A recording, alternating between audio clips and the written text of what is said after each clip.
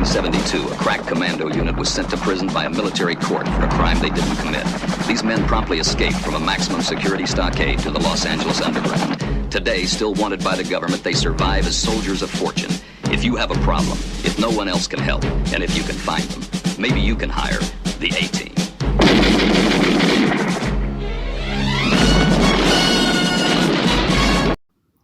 Bienvenue à toutes et à tous sur le plateau des ondes clandestines. Aujourd'hui, émission toute particulière consacrée au secret, à nouveau, au mécanisme du secret, avec Jean-François Carracci, qui a une expérience très fine du sujet, puisqu'il a été ex-agent de renseignement italien sous Andreotti et Berlusconi, et il va nous expliquer en fait ce que j'ai appelé les murmures des secrets.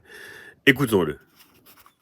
Les statistiques des ondes clandestines révèlent des informations extrêmement intéressantes.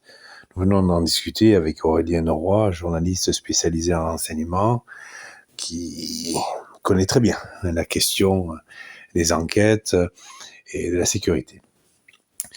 Sans révéler de nom, parce qu'on vous dit toujours que l'idée n'est pas de mettre à mal, de mettre en porte-à-faux les gens, parce que chacun fait son boulot. Ce qui est intéressant pour nous, c'est de vous expliquer que quand les gens font leur boulot, ils croient qu'on les voit pas faire leur boulot. Les statistiques de LinkedIn, par exemple, révèlent des profils d'officiers supérieurs de gendarmerie spécialisés en renseignement qui viennent faire la cour, montrer leur intérêt, tout à fait désintéressés. À Aurélien Roy, et idem sur les profils qui apparaissent sur mon LinkedIn, puisque j'ai 30 000 contacts, eh bien je vois des profils. Alors certains utilisent leurs informations immédiates parce qu'ils ont une carrière à gérer eux-mêmes. Leur LinkedIn leur sert à expliquer qu'ils ont fait l'école de guerre, qu'ils ont fait l'école des officiers de ceci, des officiers de cela, et donc ils oublient que c'est des informations aux int, offertes au monde entier. Donc offertes à nous deux, les co-créateurs de certains podcasts. Et Aurélien, unique créateur des ondes clandestines. C'est son produit, c'est son bébé, c'est son talent. Moi, je ne suis que là pour, temporairement, le temps que je peux, le temps que je veux, apporter ma pierre à l'édifice. Ce qui est intéressant, c'est ça, quand on a des Américains, par exemple, qui, dans un français parfait, nous se rapproche de nous et qu'il est facile de comprendre qu'il pourrait être question d'une entreprise de communication qui finalement travaille pour la NSA, puisque la NSA a beaucoup d'entreprises de sous-traitantes qui est dans la banque d'affaires, qui est dans la sécurité électronique, qui est dans diverses choses, même parfois des choses très anodines, comme des sociétés de paysage, de gardiennage, de babysitting également. Qu'est-ce qu'il y a de mieux pour espionner un individu, un couple d'individus, par exemple à Washington, au Capitole, que d'avoir une armée de babysitters ou de gouvernantes ou de majordomes qui sont placés parmi les grandes familles et très souvent les très riches, pareil pour les aristocrates, ont tellement de mépris pour les petites personnes qui travaillent pour elles qu'elles racontent tout et n'importe quoi devant elles en se disant que de toute façon elles sont personne. J'ai bien aimé d'ailleurs dans la série Kingsman, où dans le numéro 3, les débuts, ce qui révèle les débuts de l'agence de renseignement Kingsman, eh bien, l'agence de renseignement, il y a un des personnages de cet épisode-là qui utilise les femmes de ménage, les gouvernantes, dans toutes les grandes maisons de l'aristocratie anglaise pour avoir des infos. Parfaite idée. Je fais une digression comme d'habitude, parce que si je ne vous parle pas de mes affaires, ben je ne vous parle pas de choses qui pourraient faire écho chez vous. Quand M6 nous a contactés, Bénédicte Carracci et moi, nous avions donc fait cet entretien, ce premier entretien dans le 8e arrondissement, et à la fin de l'entretien, en montant dans la voiture, Bénédicte Carracci me dit « Maurice Néra ne te respecte pas, il t'a menti, il va te piéger ». Et je lui dis « Oui, je sais, mais je paye pour voir ». J'ai payé de façon cuisante, puisqu'on pourrait se dire que j'ai été un idiot, puisque nous avons prouvé et révélé de façon claire que M6 et STP Prod, toute l'équipe de STP Prod et M6, et pas uniquement Maurice Néra qui n'était finalement que le dernier maillon de la chaîne, ont inventé des faux témoins, des fausses preuves, n'ont mis en avant que les gens qui avaient des méchancetés à dire sur moi, sans fournir la preuve du contraire. Je peux très bien avoir été un voyou dans la gestion des entreprises Karachi, mais ça ne changeait pas le fait que j'étais fils de roi. Ce qui était important pour moi dans le fait de laisser M6 faire leur enquête, c'est que j'avais besoin de voir comment allaient réagir toutes les parties concernées et qui allait sortir du bois. Quand Sophie de Roumanie, la seule chose qu'elle présente comme argument au téléphone, inquiète, à la fois énervée, inquiète et agacée qu'on lui parle de moi, c'est qu'elle dit « je ne veux pas répondre à cette question. Laissez-moi tranquille avec ça ». Pourtant, c'est pas compliqué d'expliquer que Jean-François Karachi n'est ni ton fils ni ton neveu. D'ailleurs, d'après Maurice Néra, le maître de la Maison royale de Roumanie, qui est un avocat anglais, a également expliqué que j'étais un sujet extrêmement complexe à gérer pour la Maison royale de Roumanie. Mais ce qui était important pour moi, c'est que ce reportage, là où j'ai été surpris par contre, parce que dans toute stratégie de renseignement, il arrive qu'on ait des surprises. Et c'est ça l'objet de ce podcast que je veux vous expliquer. C'est que moi, j'avais ma stratégie de voir comment les autres allaient danser. En sachant qu'on me ferait danser en retour.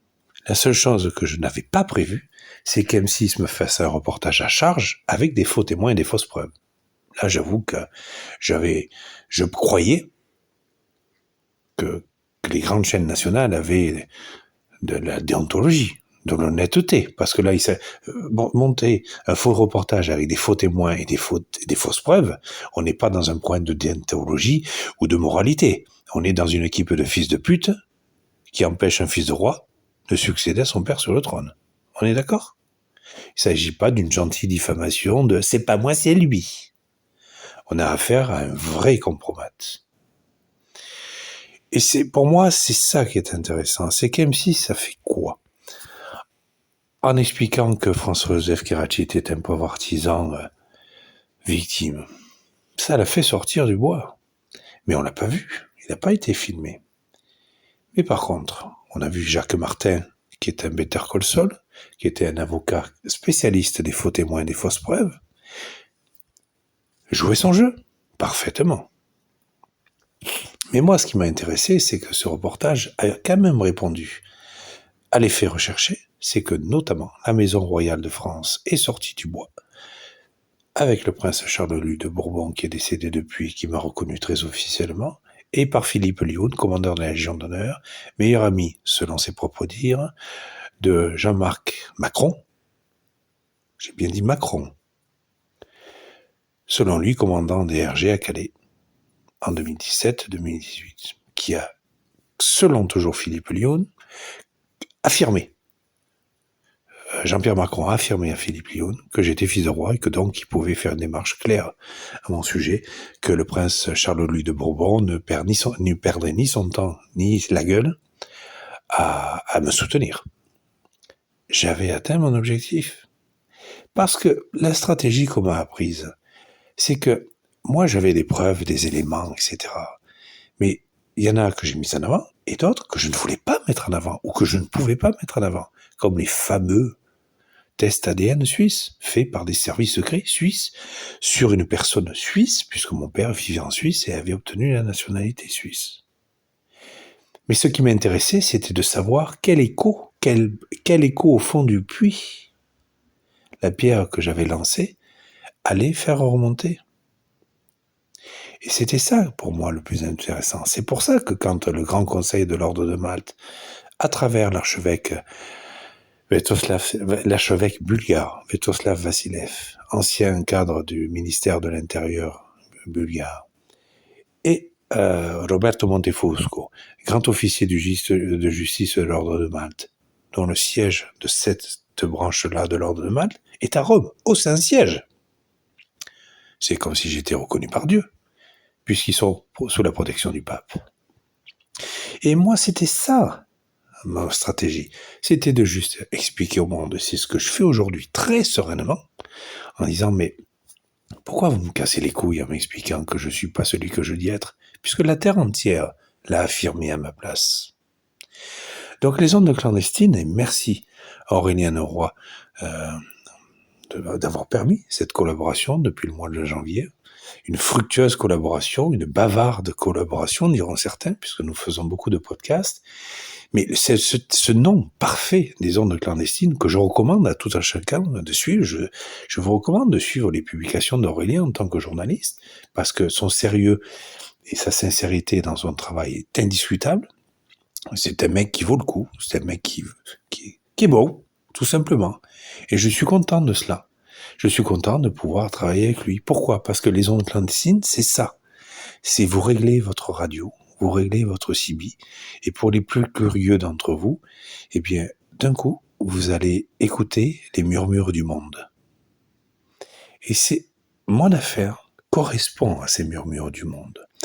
Dans le roman La grâce du diable aux éditions du Net, mais aussi Georges aux éditions du Net, aux 500 les éditions du Net, on vous propose une lecture romancée de la vie de Georges Cardel, parce que, par exemple, dans le 500, il est question de la confrérie du 500, dont la grande prêtresse a appelé Georges Cardel en mai 2020 pour lui expliquer qu'il était le grand monarque. La retranscription est parfaitement établie. Elle sera dans le prochain livre, Le Prince et le Président, édition du Net, où rien ne sera modifié, parce que nous ne sommes pas des tricheurs, nous ne sommes pas des menteurs. Ce qui nous intéresse, et c'est ce qu'on vous propose, à vous tous, juges, journalistes, flics et curieux, c'est juste, avec nous, de comprendre que ce qu'on vit est un défi majeur, mais un défi qui vous intéresse autant qu'il nous intéresse. Parce que, pour ce qui s'agit de la Hongrie, de la Bulgarie, de la Roumanie, de la Russie, comme ce sont mes ancêtres qui ont régné dans ces pays-là, et que oui, j'ai des prétentions à régner sur ces pays-là, eh bien, quand je vous explique hier, par exemple, qu'un parti politique proche du Premier ministre Orban m'a contacté pour me faire la danse du ventre, on est dans le cœur du pouvoir mondial. On est dans cette réalité-là que je vous explique depuis de longs mois. Vous ne perdez pas votre temps à m'écouter, parce qu'au fur et à mesure, je vous présente des preuves, des témoins, des circonstances, des synchronicités étonnantes. Et vous, en même temps, vous nous apportez ça en retour. Parce que quand on a un cadre de la NSA sous une entreprise de couverture fichée comme étant une entreprise de couverture de la NSA, ça nous permet de comprendre que la NSA s'intéresse à nous. Quand on a un officier de gendarmerie passé par l'école de guerre qui explique à quel point nos travaux sont intéressants, c'est pas un grand fan, cet homme-là. Il remplit sa fiche d'écoute, sa fiche de renseignement pour ses supérieurs en disant « Tiens, Jean-François Carracci aujourd'hui a dit ça. Tiens, Jean-François Carracci hier a dit ça. Et demain, il dira ça. » Mais c'est mon objectif. J'ai fait le job. Parce que mon job, ce n'est pas de vous balader, ce n'est pas de vous faire perdre votre temps. Votre temps, comme le mien, est précieux. Je vous explique des choses qui me semblent être importantes. Et pour certains d'entre vous, vous les jugez vous aussi en retour importantes. Comme l'acte notarié de la SCI en fin 2017, où je me suis inquiété en gendarmerie de Rambouillet, de Saint-Arnaud-en-Yvelines et auprès du parquet de Versailles, en disant là, je pense que je suis définitivement, illégalement déshérité par François-Joseph Carracci, au profit de Sandrine Mignolet-Carracci. Il veut lui transférer tous ses biens avant sa mort, contre moi, pour me déshériter, ce qui est totalement illégal. Le problème qu'il y avait à ce moment-là, c'est que comme j'étais un fils de pute de Roumain, eh bien personne m'a écouté. Et c'était normal, je peux pas en vouloir à l'enquêteur, à l'enquêtrice qui m'a écouté, je peux pas en vouloir au parquet qui a dit encore il nous casse les couilles, lui. Sauf que ces faits juridiques-là, ces faits judiciaires-là existent toujours. Aujourd'hui, 18 octobre 2025. Et moi, je suis dans la situation d'un justiciable comme les autres, qui vous dit, voilà, il se passe des choses, il s'en passe d'autres. Mais je le fais sans aucune vengeance, sans aucune amertume. C'est mon boulot de révéler des situations. Après, c'est le boulot des autres d'y répondre ou pas, de donner suite à une preuve, de donner suite à un témoin ou pas. Quand Bénédicte Karachi-Bokeh se retrouve au téléphone à avoir un prisonnier de Bois d'Arcy qui lui affirme qu'il a reçu des propositions de faux témoignages pour faire des faux témoignages contre moi en échange de 20 000 euros, 40 000 euros. Ces enregistrements téléphoniques existent. Bénédicte Karachi-Bokeh les a fournis à la justice française, notamment au parquet de Versailles. Et le parquet en a fait ce qu'il voulait. Mais, et c'est toujours ce qui est très important dans ce que je vous explique et qui vous semble évident pour certains professionnels que vous êtes et qui semble surprenant pour d'autres, c'est que quand vous fournissez une preuve à l'instant T de ce que vous avez vécu, de ce que vous prétendez, parce que toute personne prétend être coupable ou victime. Un coupable va dire « je suis innocent » et une victime va dire « je suis victime ». Mais tout le monde est présumé. Sauf que c'est à l'instant T où vous présentez cette preuve, soit pour vous culpabiliser, soit pour vous déculpabiliser, eh bien c'est l'image que vous avez à l'instant T définira la suite de ce qui se passera judiciairement. Si en 2017, quand je suis arrivé avec mon acte notarié, j'étais ce que j'ai toujours été, un honnête héritier, un vrai fils de roi, et un mec qui s'est fait voler par Karachi et qu'il a réussi à faire passer pour le voleur. Eh bien, si je n'avais toujours été que ce que j'ai toujours été, mais que Libération et M6 a volontairement brisé, eh bien la justice versaillaise aurait pris d'autres décisions. Ils m'auraient beaucoup plus écouté, ils m'auraient beaucoup plus cru, et j'aurais gagné beaucoup plus de choses et j'en aurais perdu beaucoup moins. N'oubliez jamais, vous toutes et vous tous, que quand vous vous dites victime ou que vous vous dites innocent de quelque chose, réfléchissez un minimum à la situation qui est la vôtre et à l'image qui est la vôtre à ce moment-là. Parce que votre ennemi, votre adversaire, en inversion accusatoire, va vendre une vérité à des tierces personnes, enquêteurs ou juges ou journalistes, qui pourraient sacrément vous surprendre. Je vous souhaite une belle nuit. Oui, eh bien, les ondes clandestines, c'est terminé pour ce jour. En effet, comme vous l'a mentionné Jean-François Karachi, nous sommes écoutés par des personnes assez importantes. En fait, en effet, nous avons dans nos livres la preuve concrète en fait que la NSA, via des sociétés annexes, en fait, nous écoute. Et c'est très bien en fait comme ça. Voilà. Maintenant, en fait, nous vous demandons de ne pas nous croire sur parole, mais d'écouter ce podcast et de vous faire votre propre opinion. À très bientôt sur les ondes clandestines. Au revoir.